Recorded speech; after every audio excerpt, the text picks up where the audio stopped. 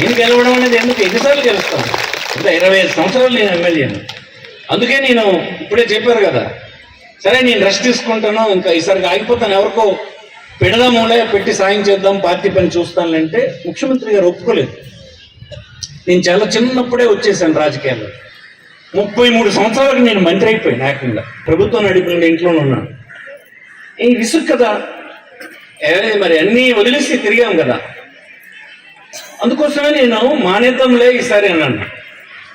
లేదు అన్నా, ఈసారికి ఒకసారి పోటీ చేయి, నెక్స్ట్ టైంకి నేను ఆలోచిద్దాంలే, ఈ ఒక్కసారికి మాత్రం నువ్వు పార్టీ కోసం చెయ్యు అని ముఖ్యమంత్రి అంటే మళ్ళీ తప్పదు కనుక నేను అప్పటికి ఇంక ఎస్సాం లేదు.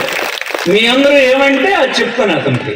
ఇప్పుడు నేను మానేద్దాం అన్నది మీరు బాగుందేనంటే మీరు ఇలాగన్నారని మాట చెప్పి నేను కూడా మానేస్తాను. మానొద్దు అని అంటే మా వాళ్ళందరూ మానొద్దు అని అన్నారని చెప్తాను. సగం మంది అటు సగం మంది ఇట్లా ఉన్నారు లేదా? ప్రజాస్వామ్యంలో మీరు వద్దంటే పోటీ చేయడం ఎందుకు?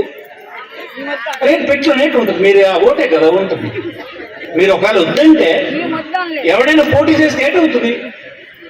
పెట్టి తెలిసిపోతుంది కదా. అందుకోసం ఎప్పుడైనా ప్రజాస్వామ్యంలో మీరు పోటీ చేయమంటే చేయాలి, వద్దంటే మానేయాలి. మీరెప్పుడు మన సాయం చేస్తున్నారు. అందుకోసం సాయశక్తుల నా అధికారాన్ని అంతటినీ నాకు మీ వల్ల సమకూరినటువంటి శక్తి ఏదైతే ఉంటే ఆ శక్తి మీకోసం ఖర్చు పెట్టే పని చేస్తాను.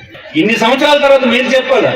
లేదు లేదు, నా దగ్గర నువ్వు పుచ్చుకున్నావు డబ్బులు అని ఎవరైనా చెప్తే, మా బంధువులకు చెప్పాడు పలానా ఊర్లోన, లేదు మా పిల్లడు మద్రాసులో ఉన్నాడు, నా దగ్గర డబ్బులు పుచ్చుకున్నాడు ఈ 40 సంవత్సరాల ధర్మాన ప్రసాద్ అని చెప్తే ఎప్పుడు మళ్ళీ మీకు మొహం చూపించడానికి మీకు మనం చేస్తాం.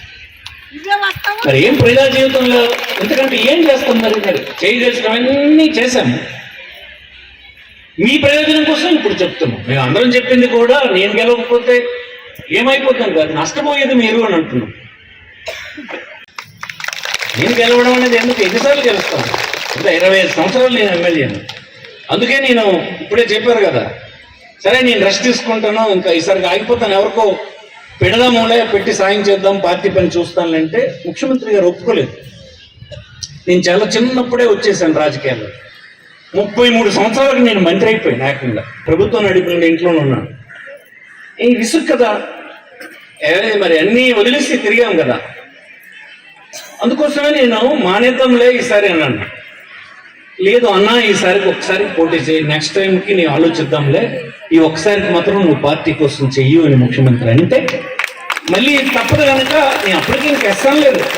మీ అందరూ ఏమంటే అది చెప్తాను అతనికి.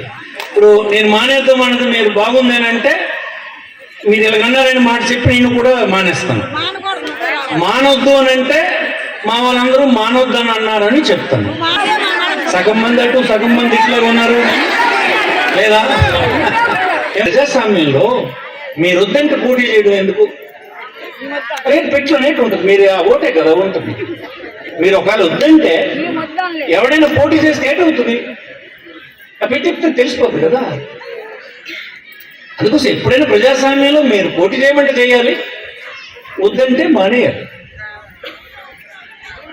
మీరెప్పుడు మన సాయం చేస్తున్నారు. అందుకోసం సాయశక్తుల నా అధికారాన్ని అంతటినీ నాకు మీ వల్ల సమకూరినటువంటి శక్తి ఏదైతే ఉంటే ఆ శక్తి మీకోసం ఖర్చు పెట్టే పని చేస్తాను. ఇన్ని సంవత్సరాల తర్వాత మీరు చెప్పాలా? లేదు లేదు, నా దగ్గర నువ్వు పుచ్చుకున్నావు డబ్బులు అని ఎవరైనా చెప్తే, మా బంధువులకు చెప్పాడు పలానా ఊర్లోన, లేదు మా పిల్లడు మద్రాసులో ఉన్నాడు, నా దగ్గర డబ్బులు పుచ్చుకున్నాడు ఈ 40 సంవత్సరాల ధర్మాన ప్రసాద్ అని చెప్తే ఎప్పుడు మళ్ళీ మీకు మొహం చూపించడానికి మీకు మనం చేస్తాం.